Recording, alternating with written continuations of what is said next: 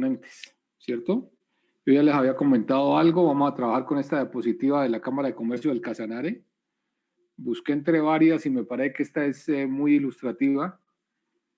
Entonces vamos a hablar del registro único de proponentes, que como les había dicho, es requisito fundamental para participar en licitaciones con el Estado.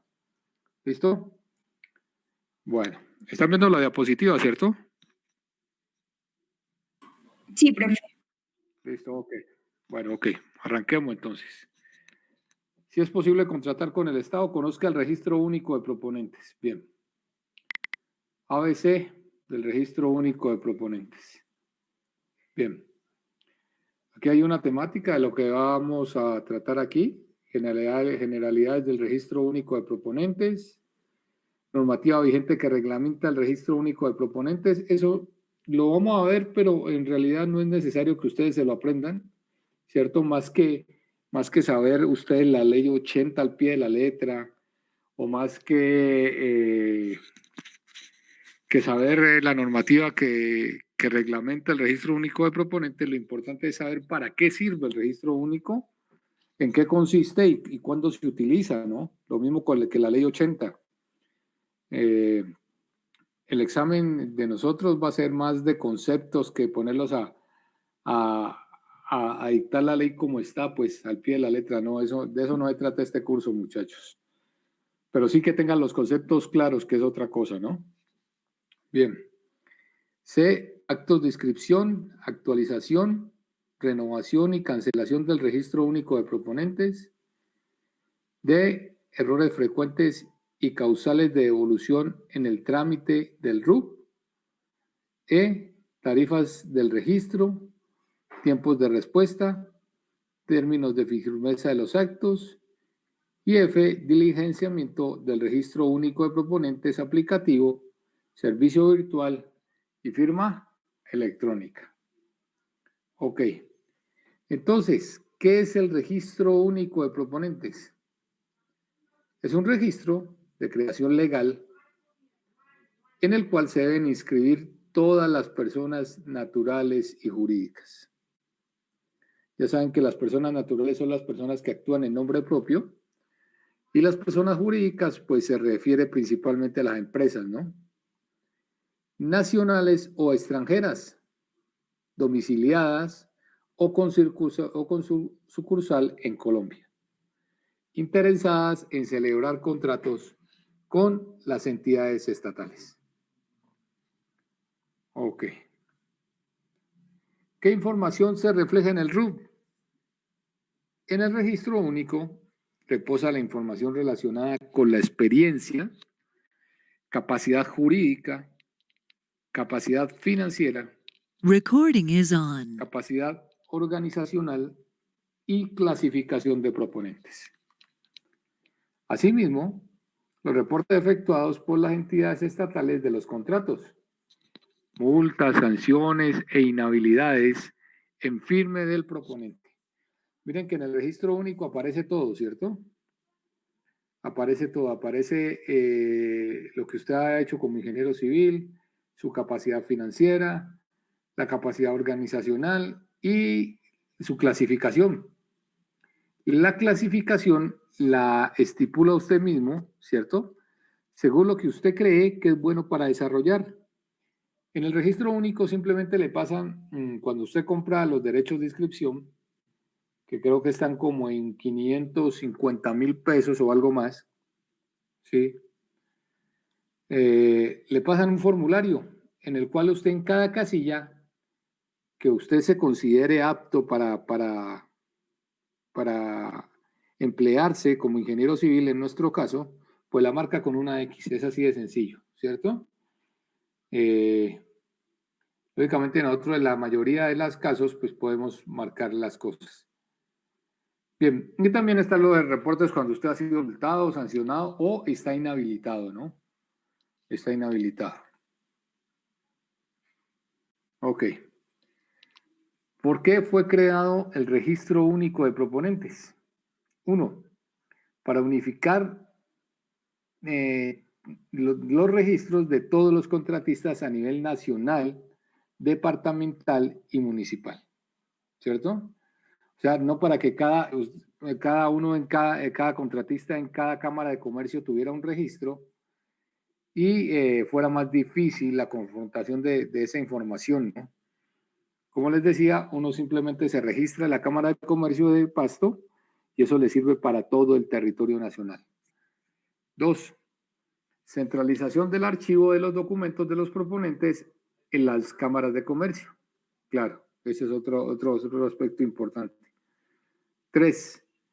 Validez ante todas las entidades estatales del país, sin duda alguna. Su registro único, lo haya sacado donde lo haya sacado, llámese Pasto, Popayán, Cali, tiene validez en todas las entidades del Estado. 4. Simplificación de trámites y disminución de costos para los proponentes. 5.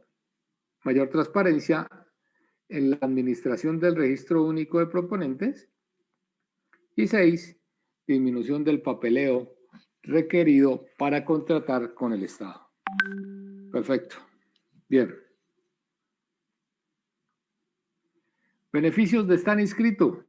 Primero, dar publicidad a los requisitos que habilitan al proponente, como su capacidad jurídica, financiera, de organización y experiencia.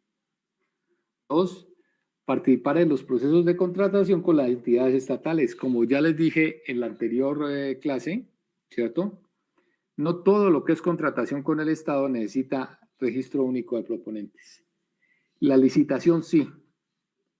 La licitación, que es tal vez la forma de contratación más exigente, ¿cierto? Más frecuentada para grandes contratos de grandes cuantías. Esta sí necesita usted estar registrado en la Cámara de Comercio y tener su registro único de proponentes. Tercero, obtener el certificado del registro único de proponentes, que constituye plena prueba respecto de la información documental verificada cuyo registro se encuentra en firme. Bien. Bueno, aquí hay una serie de normativas, ¿cierto?, que regulan el RUP. Está la ley 80, lógico que sí, es la principal, ¿cierto?, que es el estatuto contractual. Está la ley 789 del 2002, por la cual se reglamentan contribuciones para fiscales y se dictan normas de impuestos. Está la 1150 del 2007, por la cual se modifica y adiciona a la ley 80 algunas partes. Y está el decreto 1690 del 2009, mediante el cual se modifican las tarifas únicas del registro de proponente, es decir, el costo de sacar el RUP. Bueno, aquí tenemos otra, la 1474 del 2001, por lo cual se regula, ¿cierto?, la forma como se debe hacer la investigación para los casos de sanción. El decreto 019, que modifica la 1150, la 1510 del 2003, por la cual se reglamenta la forma de compras y contratación pública. Y está la circular única de la Superintendencia de Industria y Comercio, que reglamenta el procedimiento del registro único de proponentes. Bueno, de todo esto, ¿qué nos interesa? Saber que existe. En realidad, no tenemos por qué aprendernos de memoria todas estas cosas. Bien, ¿cuál es la verificación documental que realizan las cámaras de comercio? Las cámaras de comercio deben verificar que la información diligenciada en el formulario de inscripción, renovación o actualización coincida con la información contenida en los documentos enunciados en el artículo 90 del decreto 1510 del 2013. Es decir, coincida con la presentación de su RUP, ¿cierto? Y circular única de la Superintendencia de Industria y Comercio. Igualmente, pueden utilizar la información de los registros que administren para adelantar la verificación. No es obligación de parte de la Cámara de Comercio verificar absolutamente toda la información que usted presenta. Pero ellos, ante cualquier duda, tienen toda la capacidad para hacerlo, ¿no? Tienen toda la capacidad para hacerlo. Bueno, actos del registro único de proponentes, lo que es la inscripción, ¿cierto? Cuando usted por primera vez se va a registrar en la Cámara de Comercio de alguna ciudad, ¿sí? Lógicamente, como ingeniero contratista, como ingeniero profesional, entonces tiene que hacer la inscripción del RUT. La renovación, ¿cierto? Que es el cambio de cualquier característica en el RUT, ya sea porque usted contrató una obra civil adicional, ¿cierto? Y le interesa que esté ya registrada ahí. Entonces usted puede hacer una actualización. También puede hacer una actualización porque aumentó su capacidad financiera, su capacidad organizacional o cualquier aspecto de estos que usted crea necesario hacer la renovación. ¿Cuándo hace una renovación uno en la Cámara de Comercio de su RUT, muchachos? Pues simple, si usted va a participar en una licitación, ¿cierto? Y necesita tener brazo financiero y ya tiene un mayor volumen de capacidad financiera, pues entonces antes de participar en la licitación, vaya a hacer la renovación. Eso no tarda mucho. No tarda mucho hacer la renovación, entonces usted ya va a tener un mayor K de contratación, ¿sí? Y ya va a demostrar que está más capacitado desde algún punto de vista, ya sea de experiencia, de organización, de finanzas, para participar en la licitación y que le sea adjudicada. ¿Cuánto vale la renovación?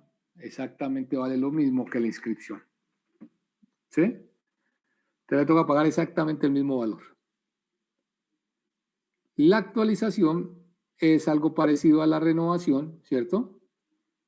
Pero la renovación, no, perdón, me confundí. La actualización es lo que les acabo de decir, ¿cierto? Cuando usted va y la actualiza. La renovación sí es porque ya cumplió fecha de caducidad el registro único de proponentes, ¿sí? Cuando ya cumplió fecha de caducidad el registro único de proponentes, entonces usted tiene que ir y renovarlo porque él tiene una duración de 1 año. Así que si uno va a invertir esta cantidad de plata significativa, que como les digo, creo que está alrededor de 550,000 pesos, si no más, entonces tiene que pensarlo si lo amerita, ¿no? Si usted no va a participar en licitaciones, sino que va a trabajar como ingeniero constructor o consultor en otro campo, pues no necesita tener al día el registro único de proponentes. Entonces no habría necesidad de ir a invertir ese dinero para un año que no va a licitar. Bien. Y por último está la cancelación, ¿no? Cuando usted ya decide que no va a seguir la parte de las participaciones de concurso con entidades públicas a través de licitación, pues entonces usted ya se retira. ¿Listo? Bueno, inscripción. Es el asentamiento de la información correspondiente a los requisitos habilitantes de experiencia, capacidad jurídica, capacidad financiera, capacidad organizacional y la clasificación que realiza el interesado con el objeto de celebrar contratos con las entidades estatales. En caso que el proponiente, habiendo inscrito, en caso que el proponente, habiéndose inscrito, haya dejado cesar los efectos, deberá volver a inscribirse, cumpliendo con los requisitos establecidos en el decreto 1510 del 2013. Entonces, usted, si lo hizo en abril 15 del 2020, tiene hasta el 2015 del 2021 para renovar su inscripción. Si usted no lo renueva, no me acuerdo si tiene un un término de garantía de colchón para hacerlo, ¿sí? Pero en el momento en que se le acaban esos plazos, usted ya queda muerto, entonces le toca otra vez volverse a inscribir, ¿sí? Otra vez volverse a inscribir. Bien, ¿quién puede tener acceso a la información del registro único de proponentes? Cualquier persona puede consultar de manera gratuita los documentos que reposen en el registro único de proponentes y obtener una copia textual de la información histórica contenida en el registro y certificación de la información actual del proponente, previo pago de derechos establecidos, los cuales podrán ser cancelados en cualquiera de las sedes de las diferentes cámaras de comercio. Bien, cámaras de comercio. Lo que les decía, ¿no? Esa información es pública. Esa información es pública y entonces ahí es cuando se corre el peligro de uno quererse pasárselas de vivo. ¿En qué sentido corre el peligro de uno querer pasárselas de vivo? Si usted quiere colocar que usted fue interventor de una obra por 2 años, cuando en realidad lo fue por 1, ¿sí? Usted puede presentar sus documentos para el RUP de esa forma. La Cámara, lógicamente, le va a pedir constancias, ¿no?, de que eso fue así. Pero si inclusive usted sustentando eso, ¿cierto? Haciendo algún tipo de triquiñuela para sustentar que estuvo 2 años, se presenta una licitación y llega un colega suyo y le pide a la Cámara de Comercio que le preste su RUP, su registro único de proponentes, y se da cuenta de que usted está cometiendo algún ilícito, sin duda alguna va a tener problemas. ¿Sí? Sin alguna duda va a tener problemas. Arrancando por falsedad en documento público, que da cárcel, dependiendo de la gravedad. ¿Sí? Falsedad en documento público. Por ahí pueden empezar a tener problemas. Entonces, hay que cuidarse mucho en eso, ¿no, muchachos? En suministrar la información verás que necesita. Bueno, si tienen alguna pregunta me la van haciendo. ¿En qué casos no se requiere estar inscrito en el registro único de proponentes para participar en la contratación estatal? Cuando la contratación es directa, ¿cierto? Ya vamos a ver en qué caso la contratación es directa. Cuando la contratación es para prestación de salud, de servicios de salud, tampoco se necesita el RUP, ¿sí? Cuando las contrataciones son mínimas, de mínima cuantía, que depende del valor del presupuesto de la entidad estatal, ¿sí? Lógicamente un contrato de mínima cuantía no va a ser igual en Bogotá, cuyo presupuesto anual es de, a ver si me acuerdo, algo así como 22 billones de pesos, ¿sí? Óigase bien, no me acuerdo si son 22 billones de pesos, ¿sí? A un contrato de mínimo cuantía en Ipiales o Túquerres, pues. La mínima cuantía la da el presupuesto anual de la entidad estatal. Entonces, una cosa es una cosa y otra cosa es otra cosa. Bien, enajenación de bienes del Estado, es decir, utilizarlos para algún tipo social. Contratos que tengan por objeto la adquisición de productos de origen o destinación agropecuaria, ¿sí? Los actos y contratos que tengan por objeto directo las actividades comerciales e industriales. Los contratos de concesión de cualquier índole, las personas naturales sin domicilio en el país y las personas extranjeras que no tengan establecida sucursal en Colombia. Bueno. Profe, ¿Sí? ¿Qué significa enajenación? Enajenación es que usted vende, enajenar es pasar a otro la propiedad, ¿cierto? Si no me equivoco. Sí, eso creo que, sí, es que Sí, enajenar es eso, ¿cierto? O sea, para bienes del Estado usted no necesita, si va a participar en una subasta pública de bienes del Estado, no necesita registrarse, necesita registro único de proponentes porque no le va a servir para nada, ¿cierto? Si tú vas a comprar algo del Estado, ¿para qué necesitas el registro único de proponentes? Lo único que necesitas es la plata, el dinero, ¿sí?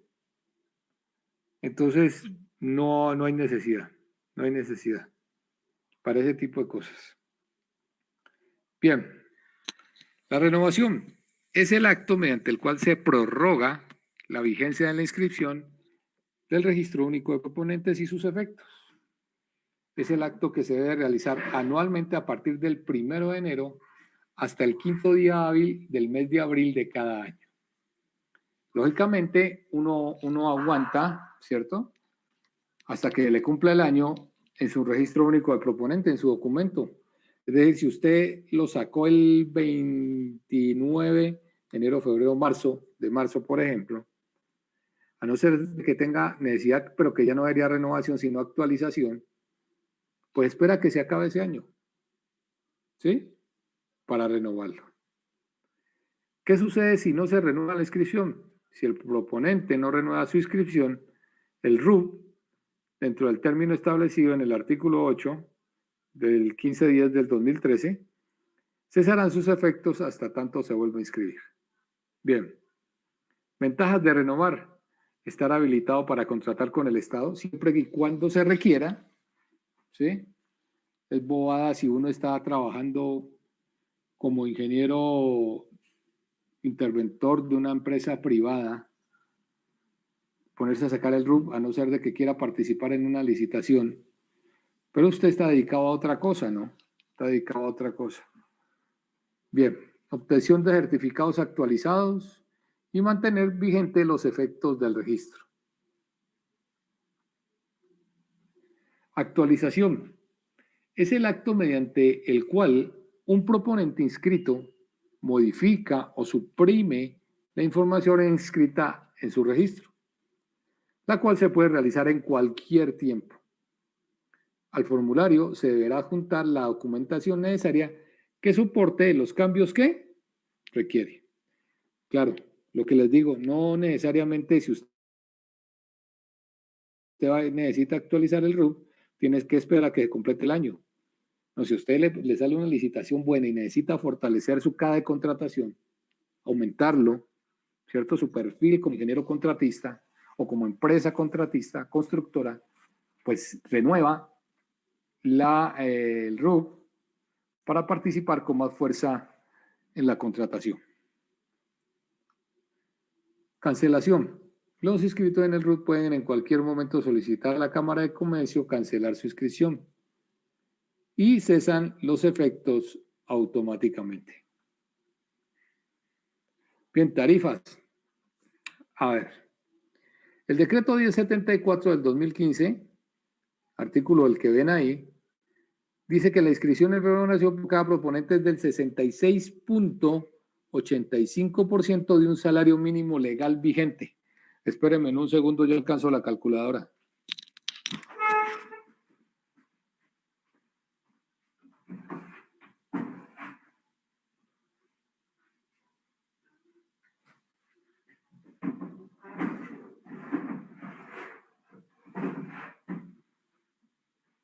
A ver.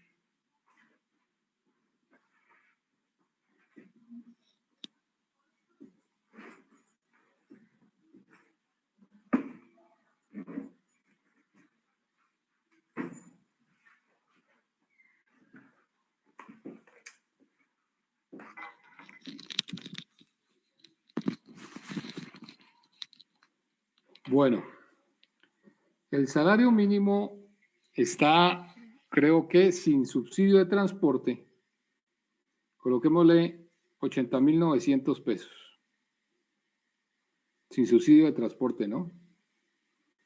Por .6685, eso da 594.000 pesos. 595.000 pesos, ¿cierto? Lo que les decía, más o menos 550 para arriba. 595.000 pesos. Entonces eso vale la inscripción a la Cámara de Comercio para sacar el RUF. Como ustedes pueden ver, siempre es una plata significativa que tiene que ameritar la inversión, ¿no? Actualización o modificación en la inscripción con presidencia de los datos que se incorporen o modifiquen, 35.74, ¿cierto? O sea que la modificación estaría costando aproximadamente 0,000 por 35.74, 318.000 pesos. La inscripción y renovación por cada proponente lo mismo, ¿cierto? Y la expedición de copias con sello de correspondencia con el original que reposa en la Cámara de Comercio, el punto 35 de un salario mínimo legal vigente. Bien, tiempos de respuesta y tiempos de firmeza.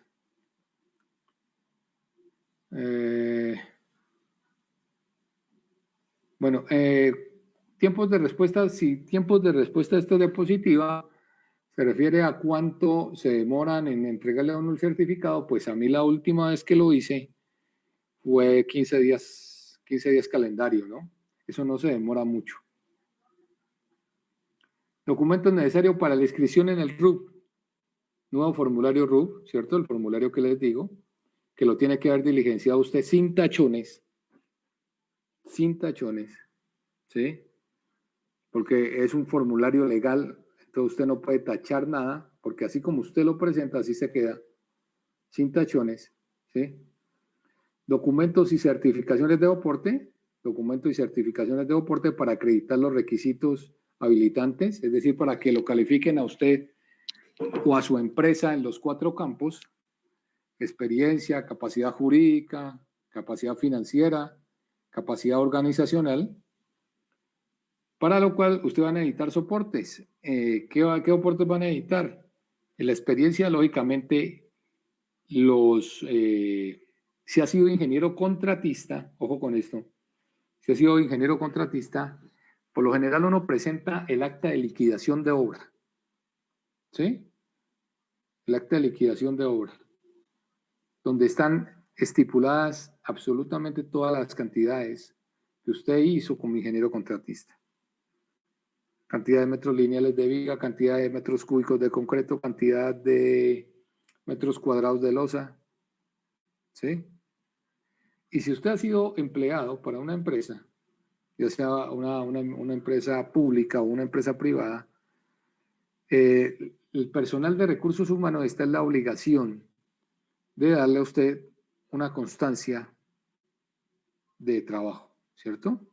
Que laboró de tal periodo a tal periodo desempeñando las siguientes funciones y estuvo al frente de las siguientes obras. Así. Con las entidades públicas no hay tanto problema, pero con las entidades privadas usted no se olvide de hacerlo en el momento en que se retira de la empresa. No es un favor que le hace a uno la empresa a la cual uno prestó los servicios, no, es una obligación. Es una obligación que usted le tienen que expedir su certificado laboral, ¿no? ¿Y por qué les digo esto? Por lo que les comenté la vez anterior, muchas empresas de construcción al cabo de unos años ya no existen. Ya no existen. Por ejemplo, de las que yo trabajé, ya muchas no existen, ¿cierto? ¿Por qué? Porque ustedes saben que la construcción depende de muchos factores. Si ustedes no piden su certificado, ¿quién se los va a dar después? No hay quien les entregue un certificado de experiencia laboral. Entonces, vuelvo y les repito, terminan su función con una empresa y están pidiendo su certificado laboral. Bien, la capacidad jurídica también tiene que presentar documentación, la financiera también. Le van a pedir estados financieros si es empresa, ¿cierto? Los estados financieros como el balance general y el estado de resultados. que si ustedes siguen conmigo, todo eso lo vamos a ver en elementos elementos de administración financiera, ¿sí? En la próxima electiva, todo eso lo vemos en esa parte, todo lo que es la parte financiera de una empresa, lo vemos en esa electiva, ¿sí? Entonces, por si quieren seguir conmigo en esta parte, pues. Y la capacidad organizacional también, ¿no? La capacidad organizacional también. Bien, todo esto lleva entonces a que le entreguen su certificado RUP. La información quedará en firme a los 10 días hábiles siguientes a la inscripción. Bien. Uso del aplicativo virtual. Bueno, aquí hay un uso del aplicativo virtual, ¿cierto? Pero esto es para la Cámara de Comercio del Casanare. No sé si las otras cámaras lo tengan. Yo supongo que Bogotá lo tiene. No sé si Pasto lo tiene. Hasta lo que yo tengo entendido hay que hacerlo personalmente. Pero pues eso tampoco tiene ciencia. No es que usted le saque una mañana a eso y lo hace. Pues lógicamente la recolección de la información sí la necesita. Verificación documental. Es el cotejo que se realiza entre la información que contiene el esquema gráfico del formulario versus la documentación aportada por la persona que quiere inscribir en el RUP. Certificaciones y documentos, ¿sí? Lo que les digo, miren, miren el cuadrito aparte de la parte izquierda, ¿sí? Ahí ustedes van a tener unas casillitas donde ustedes le dicen, bueno, ¿usted en qué se desempeña? Yo puedo hacer acueducto, yo puedo hacer alcantarillado, yo puedo hacer vías, yo puedo hacer todo esto y usted va chuleando eso. En la parte específica en la que usted cree que tiene perfil para contratar. Inicialmente uno como ingeniero puede hacer pequeños andenes, puede hacer pequeñas vías, puede hacer pequeños acueductos, ¿sí? Pero usted no va a chulear para hacer una represa, pues. No lo puede hacer. Porque por muchos conocimientos que tenga del pregrado, no tiene la experiencia para enfrentarse a una obra de esa magnitud, pues. Entonces uno tiene que ser como muy puesto los pies en la tierra para saber a qué tiene que llenar, ¿no? Porque en eso es en lo que usted piensa participar en licitaciones. Entonces, ¿para qué va a llenar la casilla de que usted es capaz de hacer una represa si usted ni siquiera se va a poder presentar a una licitación de esas? Pues solo, al menos solo, recién egresado, ¿sí? Una represa es una obra muy grande, de una ingeniería muy alta, y que fuera de uno tener su título profesional, necesita tal vez algunos estudios de posgrado y necesita tal vez muchos años de experiencia, ¿sí? Entonces uno tiene que ser muy real a la hora de llenar el formulario. Además, porque llenando el formulario le toca presentar la documentación, ¿no? La documentación suya. Bueno, ¿están viendo la diapositiva, muchachos? Hola. Sí, profe. Listo, seguimos. Requisitos habilitantes, capacidad jurídica. Es la facultad de una persona para celebrar contratos con entidades estatales, es decir, obligarse al cumplimiento de los contratos que celebre y no estar incurso en inhabilidades o incompatibilidades que impidan su celebración. Ya saben perfectamente qué es una inhabilidad y qué es una incompatibilidad. Los contratos que celebren las personas jurídicas, es decir, las empresas, deben corresponder a actividades enmarcadas dentro de su objeto social, para los cuales esté facultado el representante legal para suscribir o, de ser necesario, contar con la autorización del órgano social correspondiente según lo establezca los estatutos. Es decir, si es una empresa que se dedica a vías, ¿sí? Pues su objeto social es construir vías. Su objeto social es construir vías. Entonces, en eso se debería enmarcar su presentación en el RUP, ¿no? Ahora, hay empresas que son toderas, que lo que le pongo a hacer lo hacen. Bueno, también. O sea, no necesariamente uno tiene que dedicarse a una cosa específica, ni tiene que llenar el formulario en una cosa específica, pero sí como muy correspondiente, como les decía, a lo que es la contratación que viene realizando. Documentación de soporte. Tipo de proponente, persona natural y jurídica inscrita en el registro mercantil o entidad sin ánimo de lucro. ¿Sí? Saben que una entidad sin ánimo de lucro no busca el crecimiento económico, ¿no? No busca el lucro. Lo que busca es algún objeto social, cumplir con una misión social. Y los ingresos que recibe son para cumplir con esa función social y lógicamente para pagar todo lo que es la parte administrativa de la empresa. Las demás que sí tienen lucro, pues lógicamente buscan crecer financieramente. Entonces, para este tipo de empresas, para verificación de la información Profe, ¿sí? Si uno quiere participar como consorcio o como unión temporal, ¿tiene que sacar su propio RUP por No. aparte? Los RUP son de cada una de las partes que lo tiene. Buena pregunta. Entonces tú te vas a unir con dos compañeros, cada uno tiene su RUP y juntan, ¿cierto? Juntan los RUP y con esos RUP ya se presentan.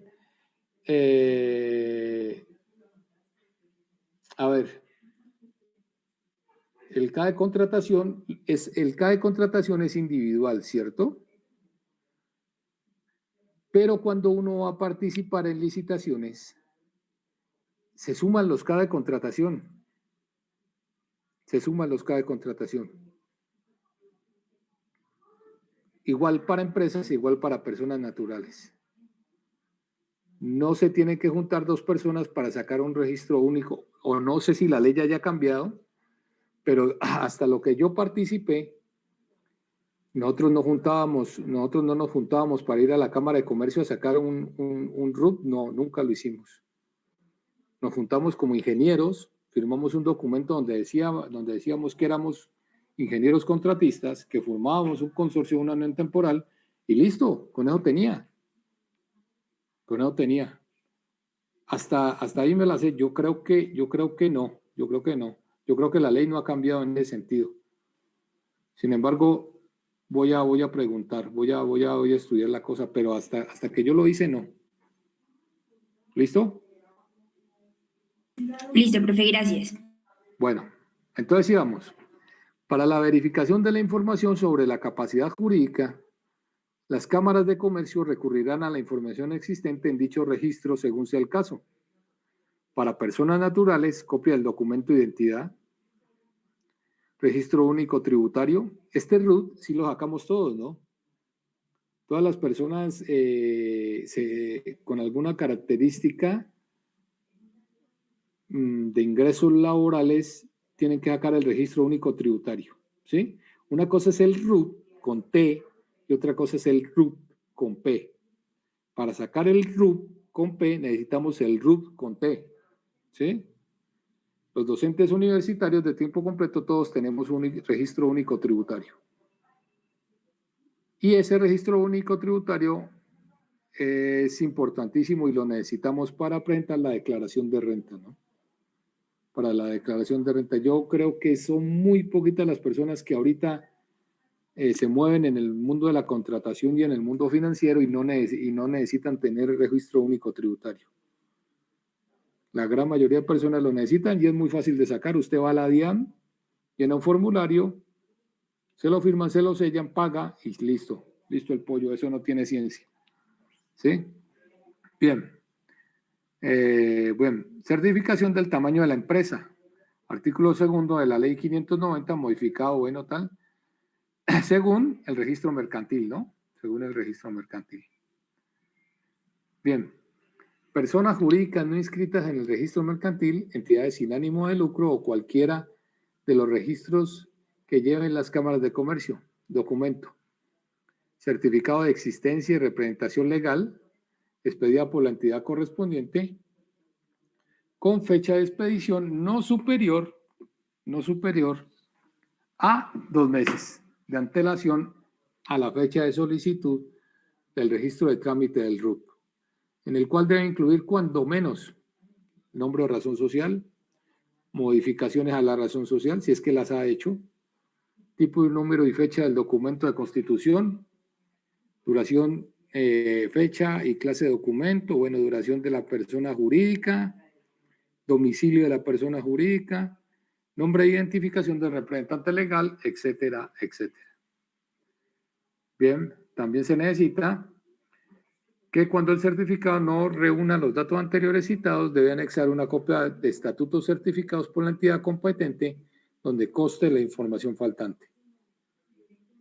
Bueno, cuando la autoridad no tenga dentro de sus funciones la de certificar los estatutos de sus vigiladas, deberá presentar una certificación expedida por el representante legal en la que certifique que los estatutos corresponden a los vigentes. Bien, bueno, esto más documentos, ¿cierto? Más soportes. Listo. Solo para personas jurídicas, es decir, para empresas. Una situación de control existe cuando el poder de decisión se encuentra sometido a la voluntad de otras personas que actúan como contratantes. Para ello se debe configurar alguno de los presupuestos del artículo 27. Un grupo empresarial existe cuando además de la subordinación hay una unidad de propósito y dirección, es decir, busca la consecución de un objetivo determinado. Esto es como para aclararle algo a las empresas. Bueno, cuando es un grupo no empresarial, ¿cierto? Se tiene que presentar un certificado expedido por el representante legal y el revisor fiscal. Hago la aclaración que no todas las empresas tienen que tener revisor fiscal, ¿sí? Un contador con matrícula profesional puede hacer las mismas funciones. El revisor fiscal está destinado a empresas supremamente grandes, ¿cierto? Supremamente significativas. Pero si usted tiene una empresa pequeña, no necesita el perfil del revisor fiscal, ¿cierto? Como lo dice ahí, o auditor o contador, suficiente. Eso sí, con matrícula profesional. Según sea el caso en el que conste que el interesado no es parte de un grupo empresarial, no ejerce situación de control sobre otras sociedades y no hay situación de control sobre el interesado. ¿Qué es un grupo no empresarial? Un contratista. Usted sale de aquí como ingeniero civil y se pone a contratar, tiene todo el perfil de un grupo no empresarial, ¿cierto? Entonces, para sus documentos financieros, usted no necesita tener un revisor fiscal. No, simplemente usted contrata a un contador público con matrícula profesional para que sea la persona que le diligencie y le firme sus estados financieros. Por otra parte, si grupo empresarial, situación de control, si el grupo empresarial o la situación de control existe, en la certificación debe constar la identificación de los miembros del grupo empresarial, ¿sí? Es decir, de los dueños de la empresa, la situación de control y los controles y controlados. Bueno, una descripción de la empresa. Bien, aquí las super sociedades, ¿cierto?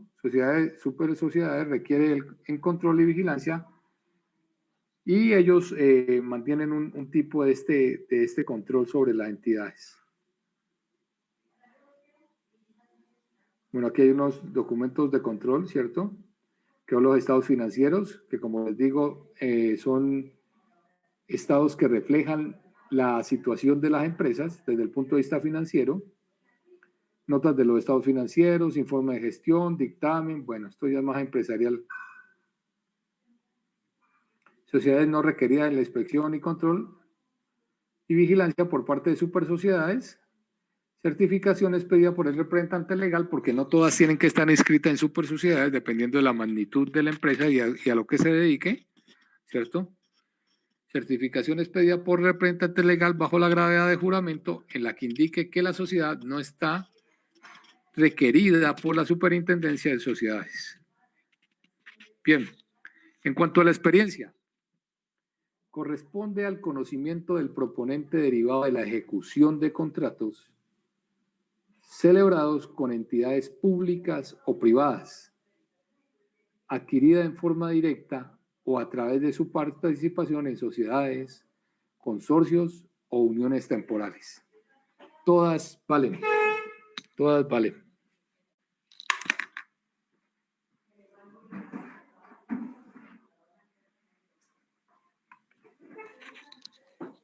Todas valen, ¿no, muchachos?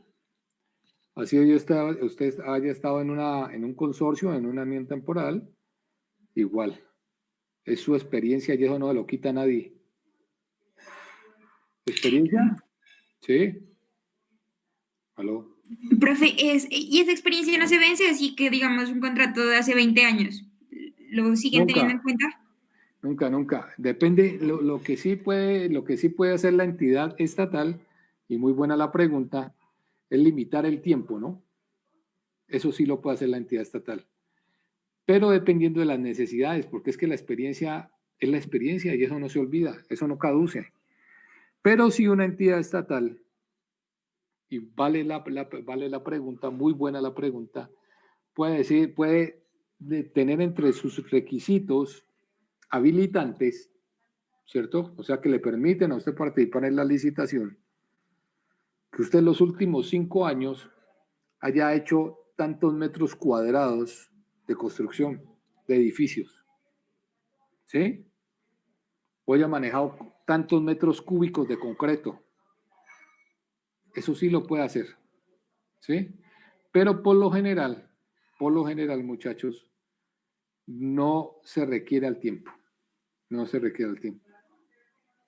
Entonces, por lo general, el contrato puede decir tener entre sus requisitos habilitantes que usted haya hecho 5.000 metros cúbicos de concreto, tenga una experiencia de 5.000 cúbicos de concreto. Eso los puede haber hecho hace 10 años, hace 12 años, hace 5 años. Igual valen, igual valen. Son muy pocos los requisitos habilitantes que limitan la experiencia a un tiempo determinado, ¿cierto? Porque es que eso no se olvida. Eso no se olvida. Yo, por ejemplo, voy a cumplir 17 años como docente universitario y estuve 10 en obra, pero a mí no se me olvida nada de lo que hice. Nada de lo que se dice se me olvida, para nada. ¿Sí? Entonces, son muy poquitas las empresas que piden eso, ¿cierto? Pero sí lo hay, sí lo hay, sí lo hay. Bien. Entonces, experiencia certificada expedida por la entidad contratante, ¿cierto? Y copia del contrato ejecutado junto con la declaración del proponente. Entonces, ¿quién expide la certificación? Certificación expedida por la entidad contratante donde conste que el contrato se encuentra ejecutado. Identificación de las partes, contratante y contratista. Llámese alcalde y contratista, llámese gobernador y contratista, llámese representante legal y contratista, ¿sí? Valor del contrato en salarios mínimos legales vigentes a la fecha de terminación del contrato. En salarios mínimos legales vigentes a la fecha de terminación del contrato. Objeto contractual, lógico. ¿Cuál era el fin del contrato? Hacer la vía, yo qué sé, de X a X municipio, ¿cierto? Los códigos de clasificación con los cuales se identifica el objeto contractual. Bueno, eso hay unos códigos que se llenan clasificándolo según un formato, una clasificación internacional, ¿no? La fecha de terminación del contrato, el porcentaje de participación cuando el contrato haya sido ejecutado como parte de un consorcio, unión temporal o sociedad. Nota, en el evento en que la anterior certificación no contenga los códigos de clasificación, el proponente personal natural o representante legal de la empresa, o sea, decir, de la persona jurídica, deberá acompañar la certificación en la que indique bajo gravedad de juramento dichas clasificaciones. Bueno, es una opción que le dan a uno. Proponente. Documentación de aporte proponente. Copia del contrato ejecutado junto con la declaración escrita por el proponente, persona natural o representante legal de la persona jurídica, que conste que el contrato se encuentra ejecutado, el valor del contrato en salarios mínimos a la fecha de determinación, los códigos de clasificación, el porcentaje de participación cuando el contrato haya sido ejecutado como parte de un consorcio. Orden de presentación de este documento. Primero, certificación suscrita por el proponente, ¿sí? Más la certificación contratante o copia del contrato. Entonces, usted presenta su registro de proponentes y anexo a los proponentes, a lo que usted dice que ha hecho, presenta su documentación. Ah, que yo hice el acueducto tal. Bueno, entonces aquí está mi constancia, ¿cierto? Firmada por el alcalde o el representante legal de la entidad. Cosa que usted afirme aquí que ha hecho, cosa que tiene que presentar el documento. ¿Sí? No en originales. No en originales. En una copia. ¿Sí? Porque los originales los va a usted necesitar toda la vida. Toda la vida. Ok. Disposición especial. Las personas jurídicas con menos de 3 años de constituidas, es decir, las empresas recién constituidas, podrán acreditar su experiencia con base en la de sus socios o accionistas, asociados o constituyentes. Claro, porque es que una empresa que tenga 1 año de constituida o que esté arrancando, que tenga 4 meses, ¿qué experiencia va a presentar?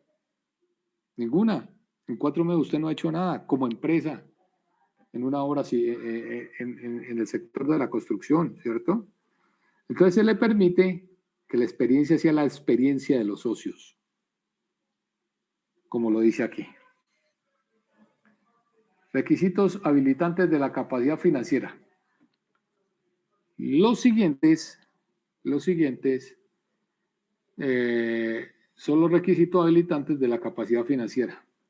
Espérame, yo veo una cosita, muchachos.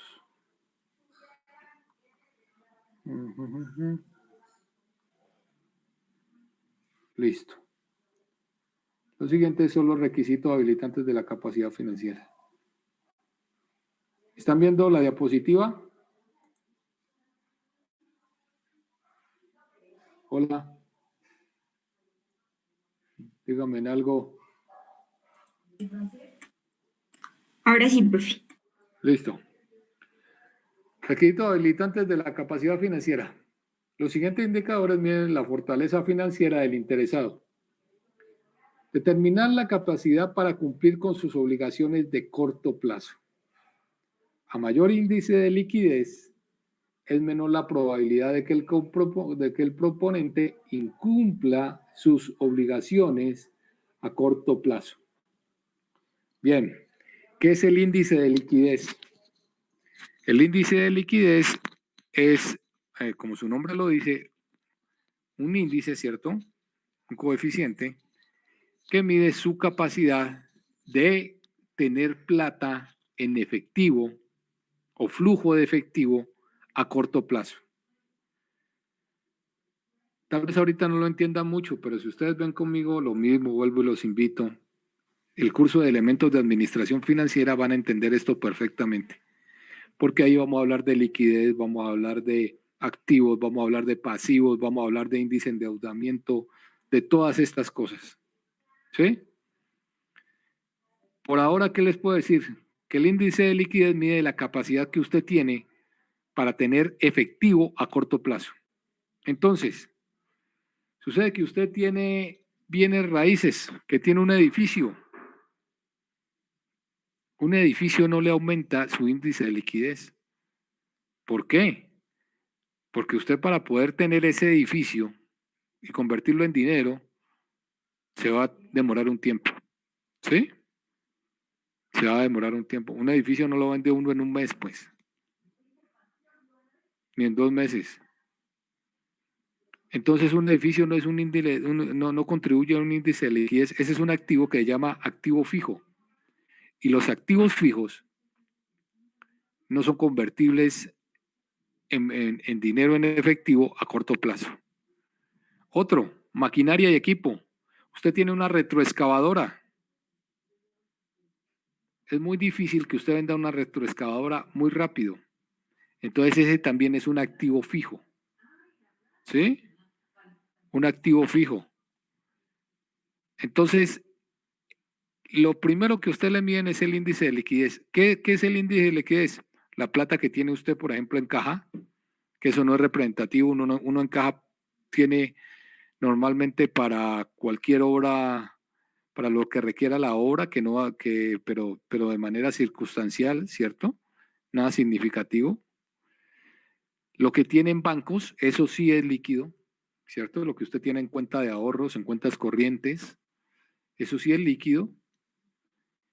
Lo que tiene en inversiones convertibles fácilmente en, en, en dinero, por ejemplo, inventarios, ¿sí? Los inventarios también tienen cierto índice de liquidez.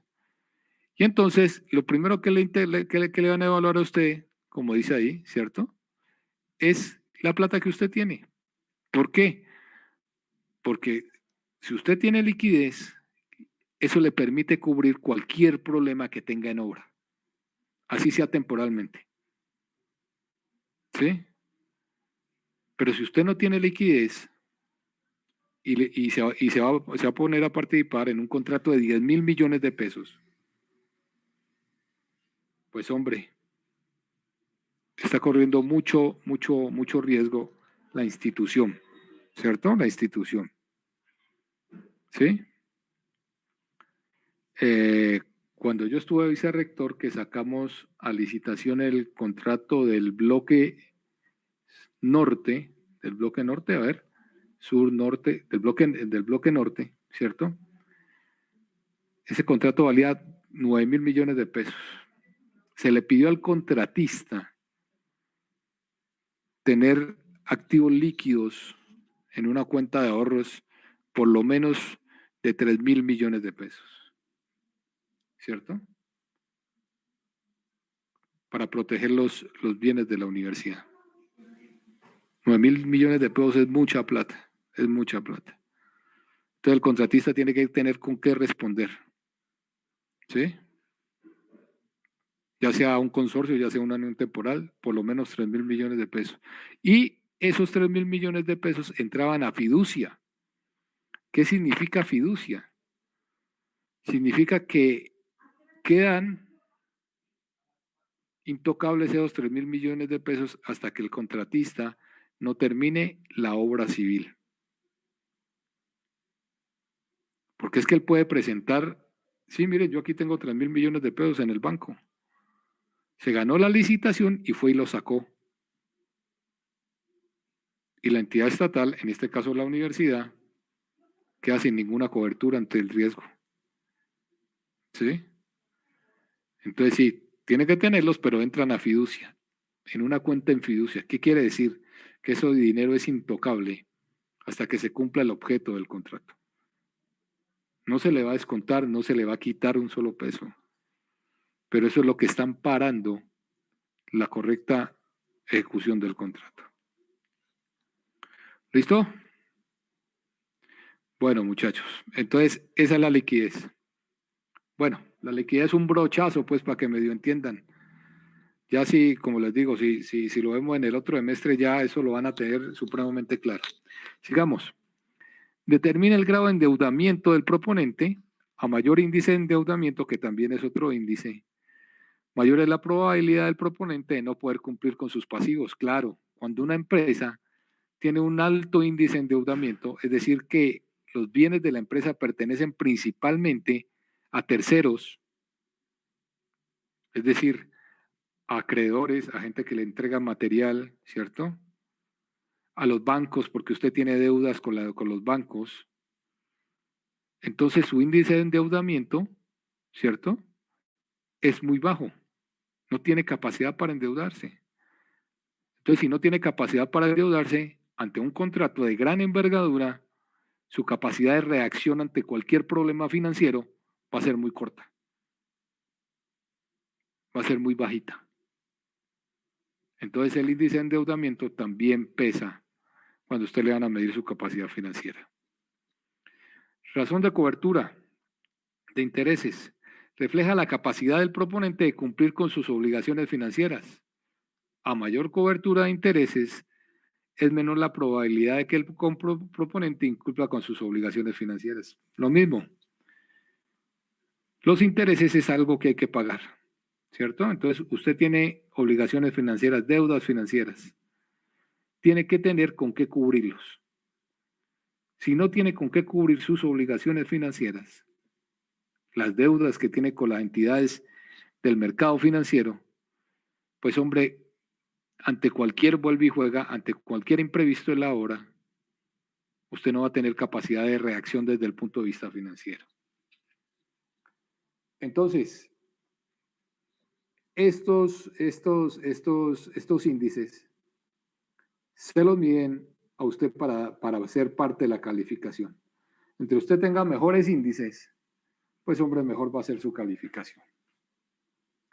¿Listo? ¿Alguna pregunta? Profe, usted mencionaba el CAD de experiencia, ¿no? O sea que el CAD, la experiencia también da un puntaje con el que uno entra a participar, ¿sí? Claro, Es decir, claro que sí, claro que sí. o sea, todo se vuelve numérico. ¿Todo se vuelve qué? Ah, Numérico. sí, sí, claro, ya. claro. Perfecto. Eso es una muy buena deducción.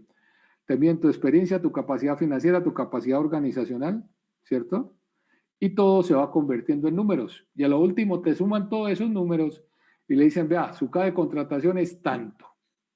Y con ese CA de contratación usted podrá participar en algún tipo de licitación y en otras no. ¿Sí? Porque el CA no le da. Así de sencillo. Así de sencillo. Entonces, cuando uno va a participar en una licitación que le está pidiendo un K alto y que uno solo no llega a ese K porque está recién graduado, porque ha hecho poquita obra, porque no tiene capacidad financiera, ¿sí? Entonces, ¿qué hace? Busca a alguien de experiencia y pueden hacer una unión temporal o un consorcio para participar en la licitación. ¿Está claro? Sí, profe. Ok. Eso es, muchachos. Bueno, yo creo que por hoy podemos dejar aquí. Estoy un poco cansado, fónico. He tenido mucha clase hoy. Continuamos el jueves en la mañana. ¿Listo? Hola. ¿Me escuchan? Bueno, Listo. Entonces nos vemos el jueves en la mañana. Cuídense mucho. Gracias, hasta luego. Bueno, Listo, chao. ingeniero. Muchas gracias. Hasta luego. Chao. Buena tarde. Buenas tardes. Chao.